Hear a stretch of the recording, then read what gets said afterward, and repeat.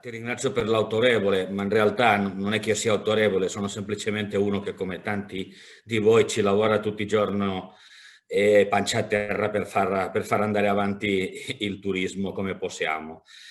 Io credo sinceramente che quest'anno avete accentrato molto bene il concept dell'incontro. Perché quello che dobbiamo avere molto chiaro è che non possiamo ripartire. Stiamo ragionando, il 21 sarà un anno di ripartenza per un po' strano, però dobbiamo cominciare a prepararci bene per ripartire nel 22 per andare avanti, recuperare quello che era il turismo. Quello che è importante in questo caso concreto è considerare che non possiamo pensare che possiamo ripartire con il modo con il quale avevamo lavorato fino a prima del Covid, ma neanche a utilizzare le stesse motivazioni, ragioni o le attrattive che servivano prima. Il mercato è già cambiato, sta cambiando abbastanza e soprattutto c'è un elemento importante, sta apparendo quello che è il concetto dell'undertourism, che sicuramente già c'era un po' prima del Covid, che andava tanto bene, era uno di quelli diciamo, elementi che faceva figo, che tutte ne parlavamo, eccetera, eccetera, però che in realtà poco sapevamo. L'undertourism è in crescita. L'undertourism vuole dire in realtà il fare, diciamo, turismo non al modo convenzionale. E lì è dove entra enormemente o ha una enorme importanza tutto quello che sono, diciamo, le attrattori minori e anche quelle attrattori, diciamo, latenti. E per latenti intendiamo quelle cose che abbiamo e che mai abbiamo dato importanza, che non pensavamo che poteva essere, diciamo, interessante. Soprattutto perché si sta cominciando a produrre un concetto di ibridazione, cioè un turista, faccio un esempio, dopo vi faccio vedere qualche esempio, un turista che in realtà vuole fare cicloturismo, ma lo mette assieme alla volontà, ovviamente, di andare con il suo percorso, però con una logica anche collegato con la gastronomia, con la conoscenza del territorio, eccetera, eccetera. Io ho preparato, perché il concetto delle attrattori latenti è estremamente interessante, ma è molto importante in questo momento non è sbagliare. Pertanto ho preparato qualche idea, qualche esempio e se siete d'accordo ve lo farò vedere. Se mi abilitate alla condivisione. La regia ancora no. Sì, vai. Vado. Ok. Bene, andiamo veloce che se no il mio amico Lucio Murro mi sgrida dopo. Non so se avete capito che Lucio è un amico, come lo è anche Max. Ci insultiamo con molto affetto, ma ci vogliamo tanto bene. Ok, allora faccio un ragionamento. Ci sono degli elementi da considerare. Uno molto importante è che cambia la stagionalità, cioè per la Sardegna quella logica che avevamo di una stagionalità molto marcata, quello che sta accadendo, perché ci sono dei cambiamenti e ci saranno ancora di più sul modo di fare turismo, di vivere e anche del lavoro, si produrrà in qualche maniera un appiattimento, una punta molto meno diciamo acuta e avremo viaggi turistici probabilmente si incrementeranno già a partire dalla primavera e continueranno anche nell'autunno. C'è un elemento molto importante, avremo ovviamente nel 2021 ma anche nei prossimi anni, dobbiamo ragionare a utilizzare il turismo domestico, che è quello che ci potrà aiutare anche a quello che era il vecchio concetto della destagionalizzazione, dobbiamo cominciare a considerarlo e a capire che quello che vorrà il turismo domestico sarà leggermente diverso da quello dell'internazionale, ma avremo un problema che saranno molto, diciamo, il mercato accetterà molto meno la standardizzazione. C'è una domanda importante che è quella del well-being, della sostenibilità, eccetera, e qui entra in modo molto importante tutto quello che è l'utilizzo dei cosiddetti attrattori latenti o minori. Avremo un'importanza, come dicevo, dell'underturismo, saliranno in qualche maniera l'interesse per le destinazioni minori, per la personalizzazione, perché avremo sicuramente un concetto importante che è il fatto che i prezzi saliranno, perché per dare risposta alle nuove bisogni, tendenze e anche a quello che vorranno i turisti, i nostri costi si incrementeranno, ma avremo probabilmente anche una riduzione del vecchio concetto del turismo low cost. Avremo attenzione all'aspetto della sostenibilità. Ieri nel call to action ne abbiamo parlato, dove il cliente sta già avendo e crescerà molto di più l'attenzione all'ambiente, la ricerca di prodotti chilometro zero, piuttosto che la volontà diciamo, della rigenerazione, dello star bene, della trasformazione personale, eccetera. E questo bisogno dei turisti ha bisogno di scenari. Quali scenari? Beh, quelli luoghi dove uno percepisca e ci sia in qualche maniera la logica dell'autenticità. Pertanto passeremo a un concetto di un turismo di consumo turistico, in qualche maniera del vedere, a quello di fare, ma non a fare la solita logica delle esperienze pre-Covid, dove in realtà esperienze vere non lo erano, perché a tutto chiamavamo ormai esperienze perché andava di moda, sino che sarà sicuramente un'esperienza che dia senso a quello che sta facendo il turista. E arriviamo a questo concetto importante dell'ibridazione, cioè il mettere assieme diverse attrattive per creare una proposta turistica. Facciamo un esempio, qui abbiamo la bicicletta, ma in realtà mettiamo assieme l'attrattivo turistico che vediamo in fondo di un castello, diciamo immerso nella nebbia della pianura padana. Voi non avete per fortuna queste problematiche in Sardegna, assieme ai vigneti, o anche il mettere assieme l'archeologia o le attrattive culturali, anche quelli nuraghi, quelle attrattive a oggi non sufficientemente conosciute o valorizzate, dove a partire diciamo, di quell'obiettivo che è vedere questa attrattiva, lo faccio utilizzando la bicicletta, le camminate o anche diciamo altre.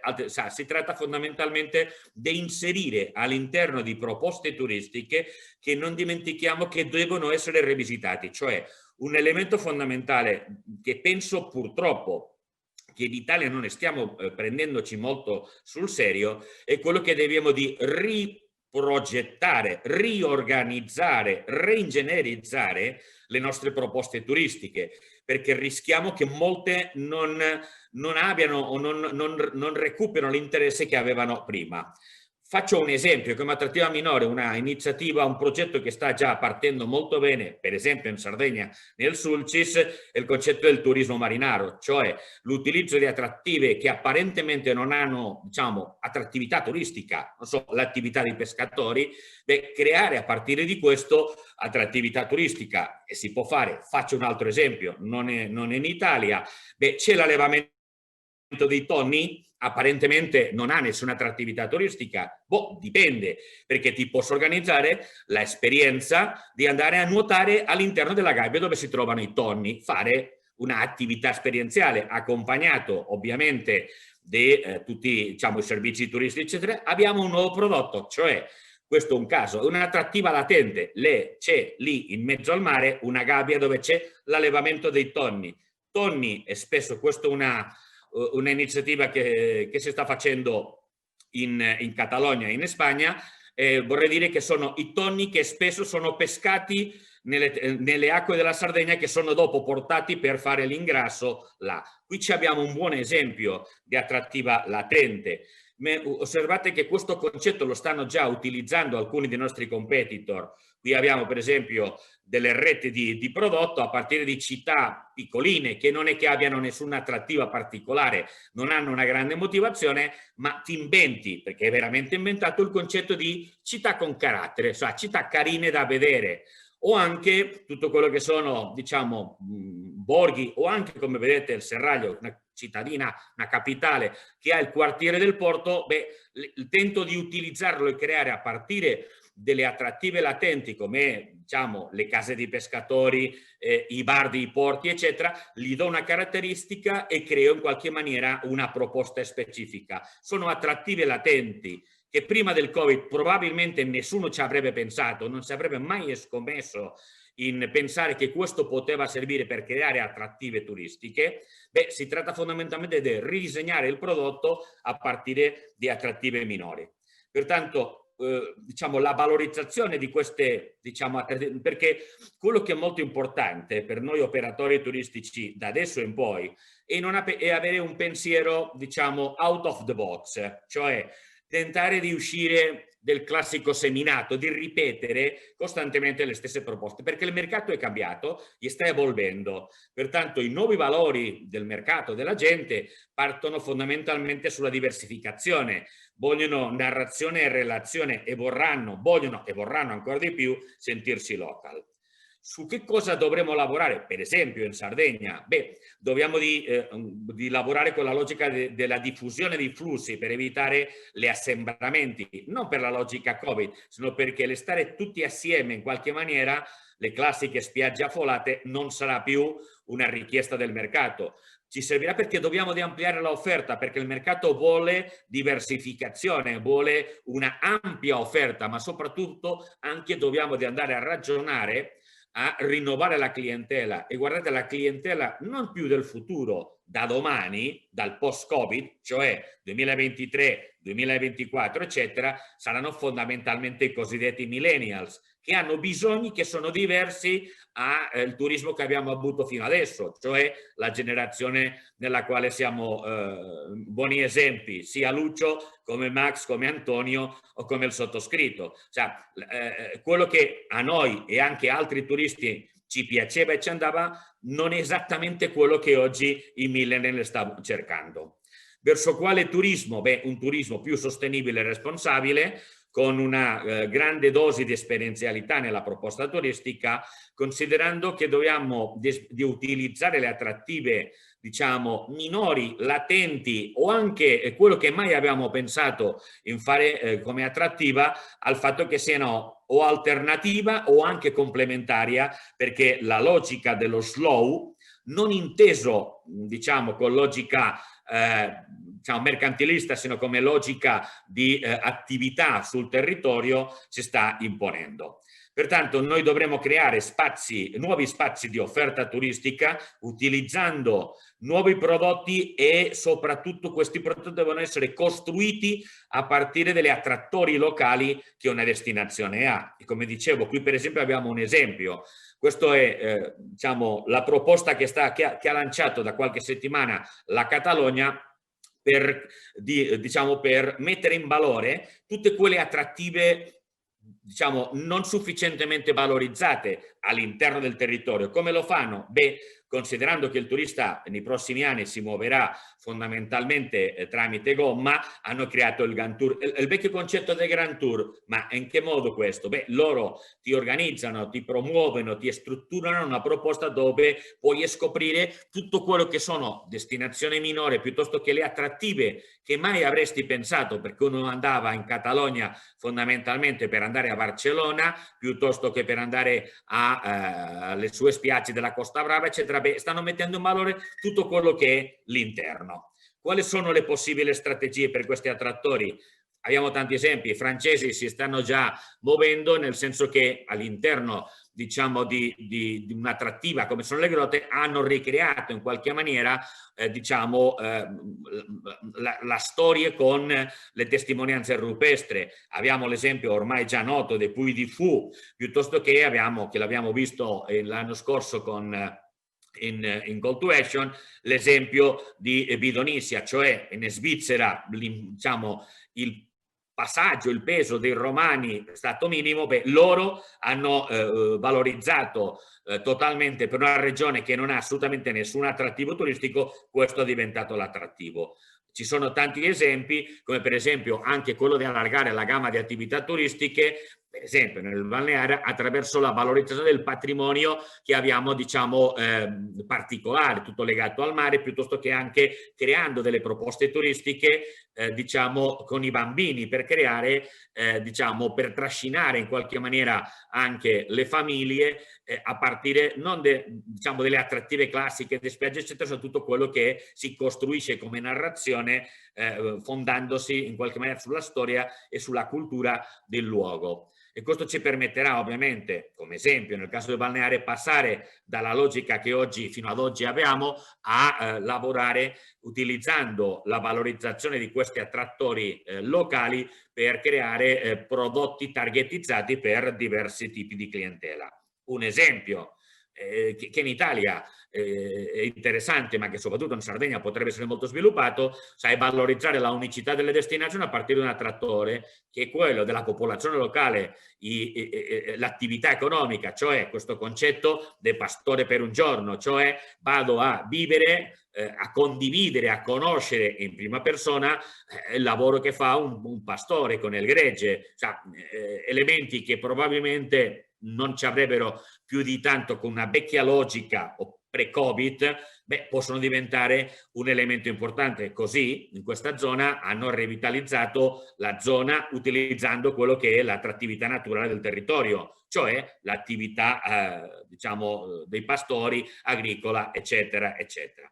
Allora, per fare tutto questo dobbiamo costruire un prodotto che in qualche maniera, diciamo, deve rispondere a quello che il mercato sta domandando. In conseguenza dobbiamo di creare attorno alle risorse principali, dobbiamo di cominciare a ragionare che la verticalizzazione che fino adesso imperava, o cioè a lavorare attorno a un attrattivo soltanto, sarà un po' debole, pertanto devo di creare attorno alle risorse principali anche un sistema con le attrazioni e le attrattive in qualche maniera minore, in modo che devo di strutturare una proposta sul mio territorio non soltanto sulla classica attrattiva, sino anche su altre tipologie o altre attrattive minori. Ovviamente devo di organizzarle, darle dei servizi, devo di costruire e gestire servizi che permettano la fruizione di queste attrattive minori e soprattutto le latenti, perché noi pensiamo che il cliente capisce, che il turista capisce, non è detto, non è necessario, devo di spiegare, ma soprattutto devo di costruire su questi,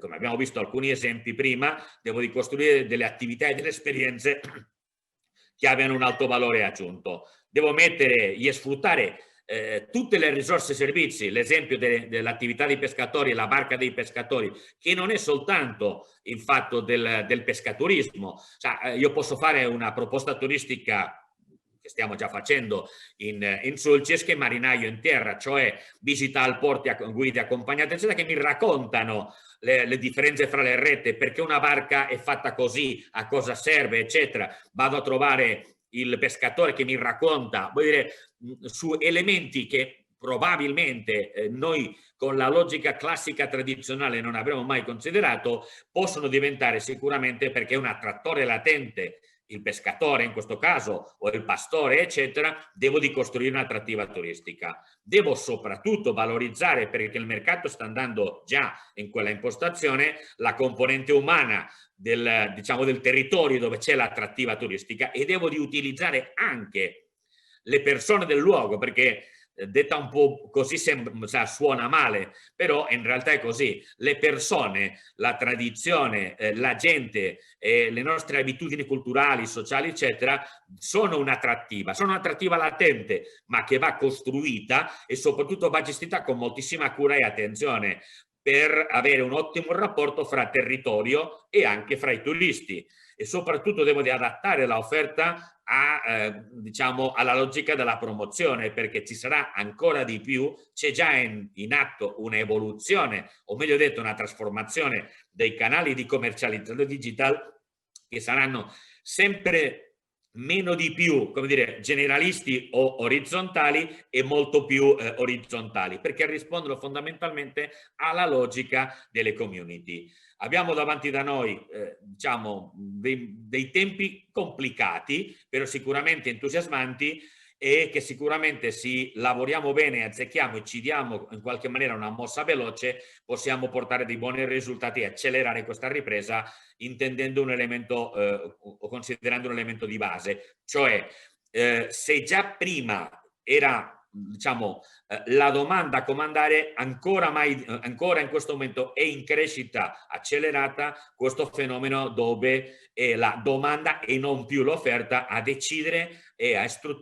a chiedere dei prodotti turistici esperienziali, ma soprattutto a partire di quello che non è turistico, tra virgolette. Cioè, una delle grandi trasformazioni già oggi è che i turisti non vogliono fare il turista.